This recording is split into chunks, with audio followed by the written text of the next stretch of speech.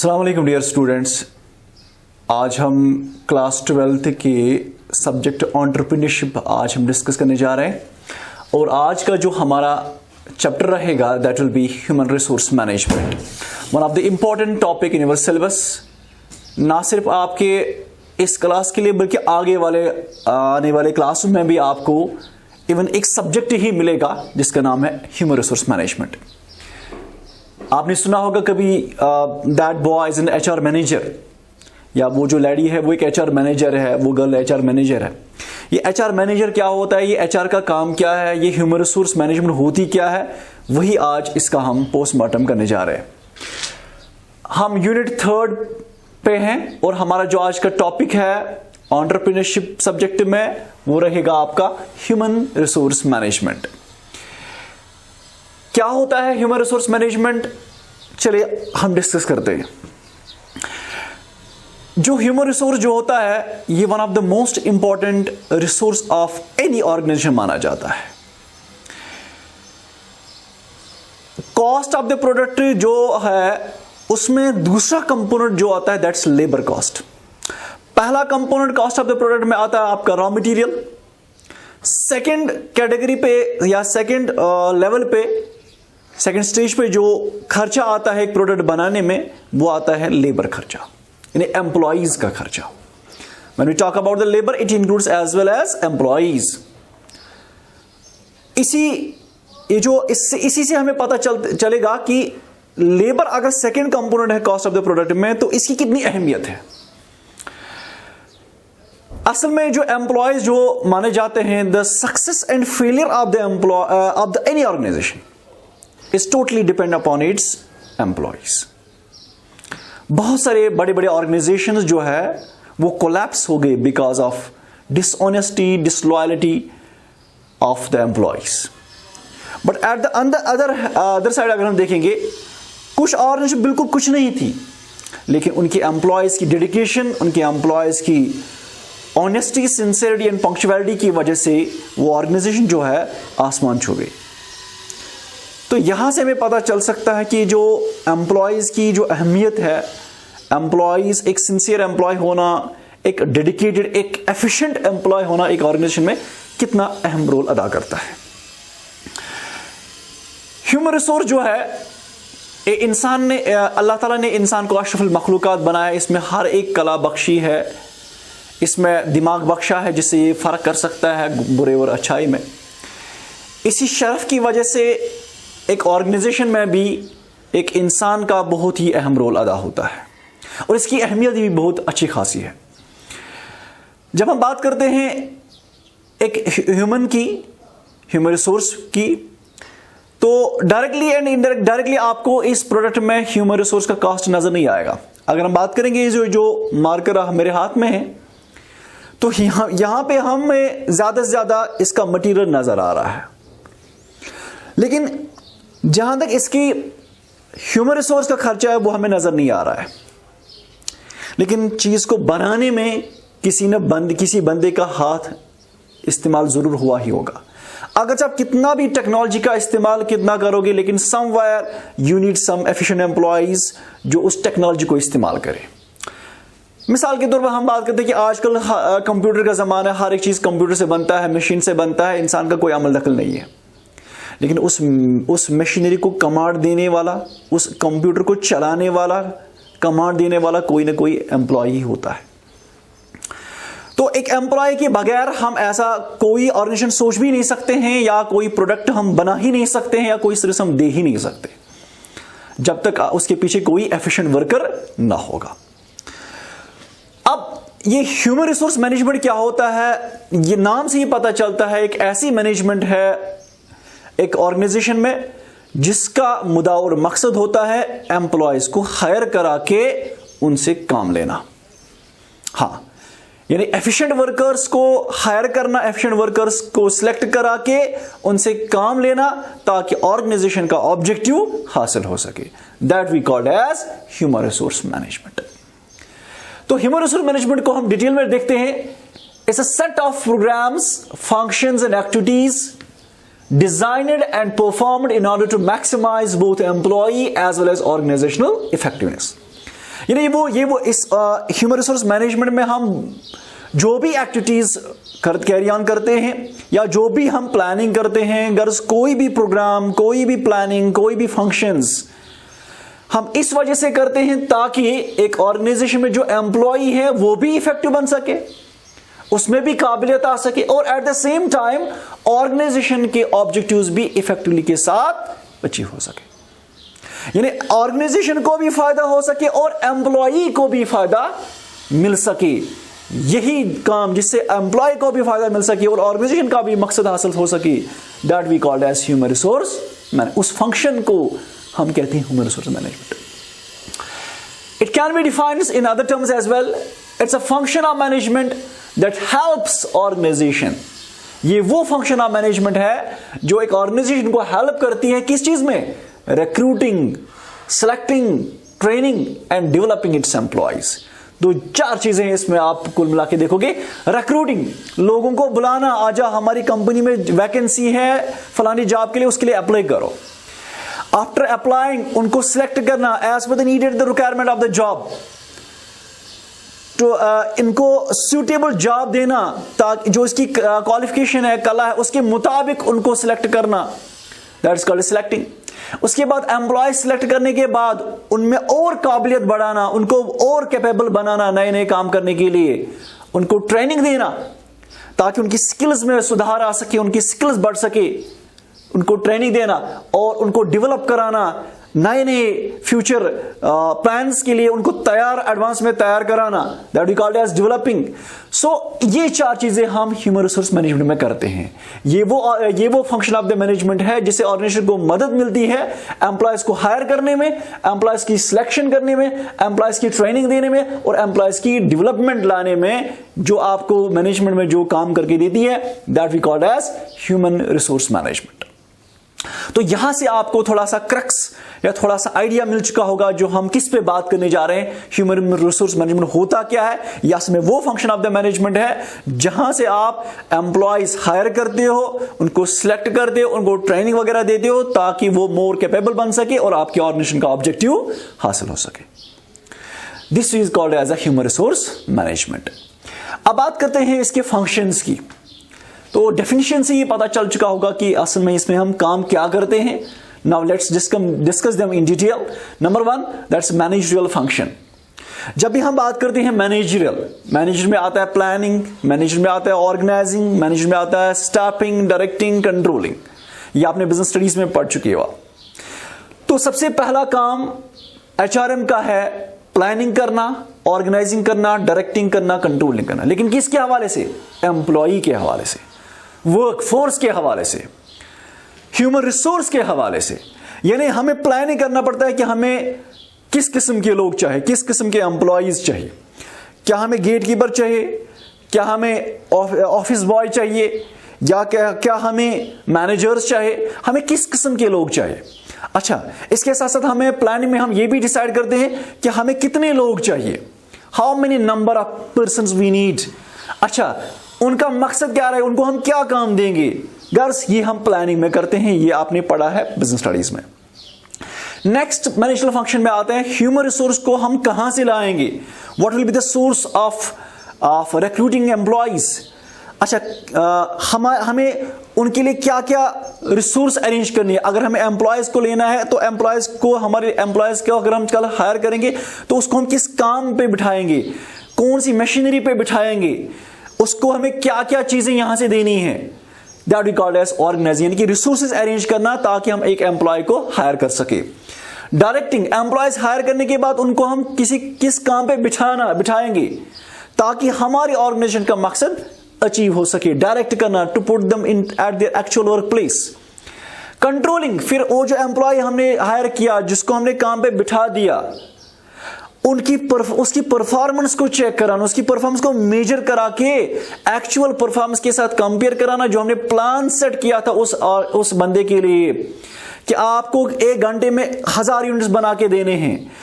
ये हमने टारगेट रखा एक एम्प्लॉय को। जब वो हम उस एम्प्लॉय की 1 घंटे के बाद उसकी परफॉर्मेंस को चेक करेंगे, मेजर करेंगे, हमें उसको देखना है कि क्या उसे एज पर आवर प्लान्स काम किया है कि नहीं। कहीं मतलब डिविएशन है, अगर डिविएशन है उसके लिए नेसेसरी स्टेप्स उठाना ताकि वो डिविएशन आगे फ्यूचर में ना आ सके।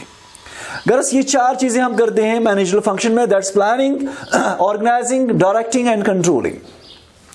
Now let's come to the next function of HRM, that's operative function. Operative function जो है ये वो फंक्शन है which is concern with the specific activities. यहां में हम कुछ मेन चीजें करते हैं, क्या? Procuring, developing, compensating and maintaining efficient workforce. तो 4 चीजें हम यहां पे करते हैं। पहले प्रोकरिंग, हासिल करते हैं हम ह्यूमन रिसोर्स को हासिल करते हैं। कैसे हासिल करते हैं? आपने देखा होगा बाज़ाब्ता हम अखबार वगैरह में देते हैं, या रिलेटिव्स जो हमारे ऑर्गेनाइजेशन में ऑलरेडी काम कर रहे होते हैं बंदे, उनको हम बोलते हैं कि अगर आपका कोई रिलेटिव है, कोई फ्रेंड है जो ये काम कर सकता है, उसको बुलाए। तो प्रोकरिंग करने के लिए बहुत सारे तरीके हैं जहां से आप एम्प्लॉयज या वर्कर्स को ला सकते हो। तो सबसे इंपॉर्टेंट फंक्शन यहां पे जो ऑपरेटिव फंक्शन में आता है दैट्स प्रोकरिंग। हम हासिल करते हैं, क्या हासिल करते हैं? Human resource. हम लोगों को हायर करते हैं, लोगों को हासिल करते हैं और उनको डेवलप कराते हैं, यानी कि उनको हम ट्रेनिंग वगैरह देके ताकि फ्यूचर जॉब के लिए वो एडवांस में तैयार रहे। अच्छा, हम प्रोकर करते हैं, उनकी टैलेंट्स या उनकी स्किल्स को बढ़ाते हैं और उनसे काम लेते हैं। किस पर्पस के लिए? ताकि हम उनको पैसे दे सके, उनको कंपनसेट करना है, उनको वेजेस देना है, उनको कमीशन देना है, उनको तनख्वाह देनी है, सैलरी देनी है। यानी जो आपके ऑर्गेनाइजेशन में जो बंदा काम करेगा उसको बंदा खाली काम लेना ही, उससे काम लेना है, बल्कि उसको कल पे भी करना है। तो पे करने के जो काम है वो हमें ऑपरेटिव फंक्शन में हम पढ़ते हैं। ह्यूमन रिसोर्स मैनेजमेंट की एक फंक्शन है दैट्स कॉल्ड ऑपरेटिव फंक्शन, जिसमें हम एम्प्लॉयज को प्रोकर करके डेवलपिंग करा के उसको बाज़ाब्ता तनख्वाह भी दे दें और एक एफिशिएंट वर्कफोर्स हम अपनी ऑर्गेनाइजेशन में हमेशा कायम रखते हैं। यानी एक एफिशिएंट वर्कफोर्स कैसे रहेगा? जब हम बाज़ाब्ता बीच में उनको ट्रेनिंग प्रोवाइड करेंगे, उनको हम नए चीजों के बारे में आगाह करेंगे, नए स्किल्स सिखाएंगे उनको, तभी आपके ऑर्गेनाइजेशन में एक एफिशिएंट वर्कफोर्स मेंटेन हो सकेगा। तो एक एफिशिएंट वर्कफोर्स मेंटेन कराना ऑपरेटिव फंक्शन का काम है। इसके बाद the last function of the management human resource function is that procurement function. असल में जो आप कहीं पे देखोगे operative function and procurement function one are the same thing. यानी वहां पे आप देखोगे HRM फंक्शन की 2 ही फंक्शंस है, managerial function and operative function, और उसी में आ जाता है प्रोक्योरमेंट फंक्शन भी। तो किसी ने इसको अलग किया है। तो जनरली आप बता सकते there are 2 functions of management, HRM management, that is managerial function and operative function. उसी में आता है आपका प्रोक्योरमेंट फंक्शन भी। तो प्रोक्योरमेंट फंक्शन में क्या करते हैं हम? It's concern with securing and employing the right kind and proper number of employees in an organisation.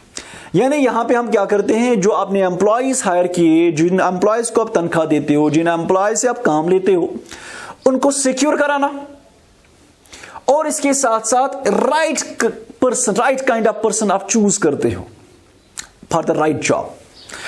ये राइट पर्सन चूज करना फॉर द राइट जॉब का मतलब क्या है? मतलब सिंपल भाषा में आप यही समझे, अगर हमें एक मैनेजर की जरूरत है, एक ऑर्गेनाइजेशन में हमें मान लीजिए एक सेल्स मैनेजर की जरूरत है, तो सेल्स मैनेजर अपॉइंट करने के लिए आपको बाज़ाब्ता किसी ऐसे बंदे को चूज करना है जिसने ऑलरेडी ये काम किया होगा, जिसको सेल्स करने की कुछ एक्सपीरियंस होगी, और इसके साथ साथ अगर वो मैनेजमेंट फील्ड से है तो वो ज्यादा बेहतर बनेगा। तो आप एक ऐसे अनपढ़ शख्स को एज अ मैनेजर तो नहीं बना सकोगे। तो यही कहता है कि as per the needed requirement, जब आप किसी बंदे को चूज करोगे जिस हिसाब से आपकी जॉब की रिक्वायरमेंट है, उसी हिसाब से जब आप एम्प्लॉय को चूज करोगे, उसी को कहते हैं choosing of right person for the right job. तो राइट काइंड ऑफ पर्सन हमें चूज करने हैं and proper number of employees. Proper number of employees का मतलब है कि जितने नंबर ऑफ हमें ऑर्गेनाइजेशन में जितने नंबर ऑफ पीपल या पर्सन की जरूरत है, रिक्वायरमेंट है, उतने ही लोगों को चूज करना।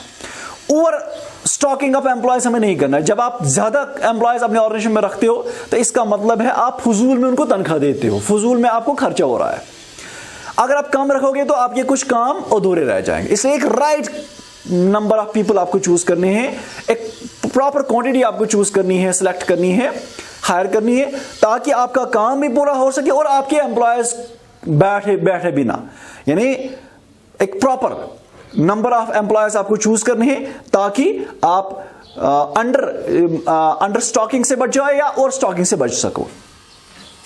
इसमें जो प्रोक्योरमेंट फंक्शन में जो हम काम करते हैं वो ऐसे, number 1 job analysis. Job analysis क्या होती है? It simply means the studying of the job.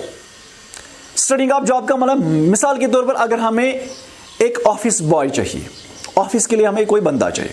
तो सबसे पहले हमें देखना है कि ऑफिस में जो काम है वो क्या काम है।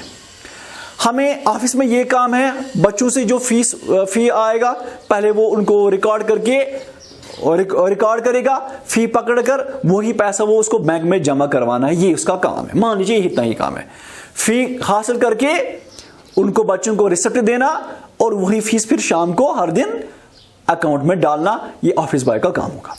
तो इसका मतलब है कि हम नेचर ऑफ द जॉब पढ़ रहे हैं, हम जॉब के रिलेटेड पढ़ रहे हैं। अभी हमने एम्प्लॉय को नहीं पढ़ा बल्कि हम जॉब के बारे में पढ़ रहे हैं। जब हम जॉब के बारे में पढ़ते हैं तो अकॉर्डिंगली हमें पता चलता है कि हमें किस किस्म का बंदा चाहिए। अगर आप बताते हैं कि हमें ऐसा बंदा चाहिए जो फी पकड़ेगा तो इसको काउंटिंग आनी चाहिए।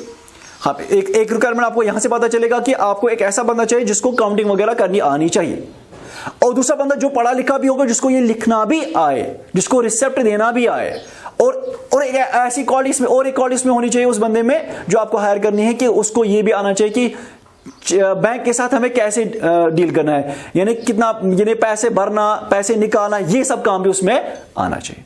तो यहां से आपको पता चल, या अगर आपने यही, अगर आप बाय कंप्यूटर के जरिए से आप ये ट्रांजैक्शन वगैरह करते हो तो आपको एक ऐसा बंदा ढूंढना है जिसको ये कंप्यूटर सिस्टम भी चलाना आ सके। तो जॉब एनालिसिस से ही आपको पता चलता है कि आपको कैसा एक बंदा चाहिए। तो जॉब एनालिसिस क्या होती है? Simply meaning the studying of the job to determine the nature of the job, to determine the person, type of a person needed for the job. इसके बाद ह्यूमन रिसोर्स प्लानिंग हम करते हैं। अब आपने देखा कि हमें किस किस्म का बंदा चाहिए, नेचर ऑफ द जॉब क्या है, रिक्वायरमेंट ऑफ द जॉब क्या है। सेकंड स्टेप क्या करते हो, ह्यूमन रिसोर्स प्लानिंग में आप करते हो नंबर ऑफ पर्संस रिक्वायर्ड।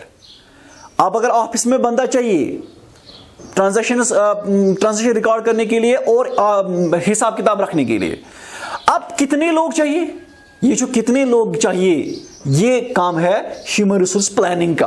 तो ह्यूमन रिसोर्स प्लानिंग जो है या समय एक function of the HR management है, जहां पे एचआर मैनेजर ये डिसाइड करता है कि हमें कितने नंबर ऑफ लोग चाहिए, क्या फीमेल चाहिए या मेल चाहिए, how many number of persons to be required in an organisation. तो यहां पे हम ह्यूमन रिसोर्स प्लानिंग में ये चीज डिसाइड करते हैं। इसके बाद जब आपने ये देखा कि हमें किस किस्म का काम चाहिए और कितने लोग चाहिए, इसके बाद जो नेक्स्ट स्टेप है वो ये है कि अब आप बाज़ाब्ता लोगों को बुलाते हो, रिक्रूट करते हो।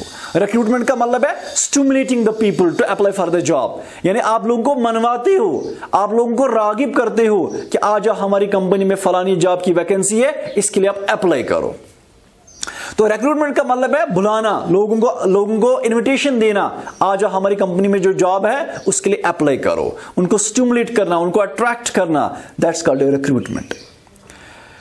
रिक्रूटमेंट करने के बाद जैसे आप अखबार में देते हो या आप सोशल नेटवर्किंग साइट्स पे चढ़ाते हो, इस तरह से आप लोगों को हायर करा सकते हो, लोगों को बुला सकते हो। या इसी तरह एक ऑर्गेनाइजेशन में जो ऑलरेडी काम कर रहे होते हैं, एम्प्लॉयज होते, आप उनसे भी राब्ता करा के वहां के लोगों को हायर करा सकते हो। तो रिक्रूटमेंट के बाद जब आपने लोगों को बुलाया, अभी सिलेक्ट नहीं किया, अभी आपने खाली इन्विटेशन दे दिया, लोगों ने फॉर्म भरे, अब फॉर्म भरने के बाद आप बाज़ाब्ता उनको एग्जाम लेते हो या इंटरव्यू वगैरह कराते हो, फिर आप सिलेक्ट करते हो, जो मोस्ट सूटेबल कैंडिडेट होगा उसी को आप सिलेक्ट करते हो। मोस्ट सूटेबल कैंडिडेट का मतलब है जो as per the needs and requirements of the job होगा, जो उसके जॉब के क्राइटेरियाज को फुलफिल करेगा और इसको पॉलिसी को फुलफिल करेगा, उसी क्राइटेरिया के बेसिस पे हम एम्प्लॉय को सिलेक्ट करते हैं। देखिए यहाँ पे मोस्ट इंपॉर्टेंट चीज ये है कि जिस एम्प्लॉय को हम सिलेक्ट करते हैं उसमें वो काबिलियत होनी चाहिए जो काबिलियत हमें जॉब के लिए जरूरी है, वो क्राइटेरिया या वो क्वालिफिकेशन उसमें होनी चाहिए जो हमें जॉब के लिए जरूरत है। जैसे मैंने आपको बताया, अगर हमें ऑफिस बॉय चाहिए तो उसके लिए कंप्यूटर चलाना आना चाहिए, हमें तो कोई ऐसा बंदा ढूंढना जिसमें कंप्यूटर चलाना आना चाहिए। इसके अलावा उसको बैंक के साथ डील करना आना चाहिए, ठीक है, ये सब चीजें उसमें होनी चाहिए। इसके बाद सिलेक्ट करने के बाद उसका हम प्लेसमेंट देनी है। प्लेसमेंट का मतलब है अब जिस एम्प्लॉय को हमने सिलेक्ट किया उस एम्प्लॉय को अब हमें एक्चुअल काम पे बिठा देना है, यानी खाली हमें बैठे बैठे तनख्वाह उसको नहीं देना, अब बाज़ाब्ता उसको जगह देनी है कि आपको कहां पे काम करना है, कि क्या काम करना, उसको बोलना है कि आपको क्या काम करना है, आपकी जगह क्या है। तो इस तरह से हमने उसको प्लेसमेंट भी करवाया। ये और ओवरऑल फंक्शन जितने भी हमने यहां पे फंक्शंस पढ़ाए, ये सब रिवॉल्व करते एक ह्यूमन के इर्द गिर्द। यानी मुद्दा और मकसद क्या है हमारा, हमें एक ऐसा बंदा चाहिए ऑर्गेनाइजेशन में जो बंदा हमारे ऑब्जेक्टिव्स हासिल करके देगा इफेक्टिवली और एफिशिएंटली के साथ, और ताकि उसको भी फायदा मिल सके, वो भी रोजी रोटी कमाए, वो भी अपनी काबिलियत में इजाफा करे, उसकी एबिलिटीज भी बढ़ सके, और इसके साथ साथ ऑर्गेनाइजेशन का मकसद भी अचीव हो सके। That's all for today.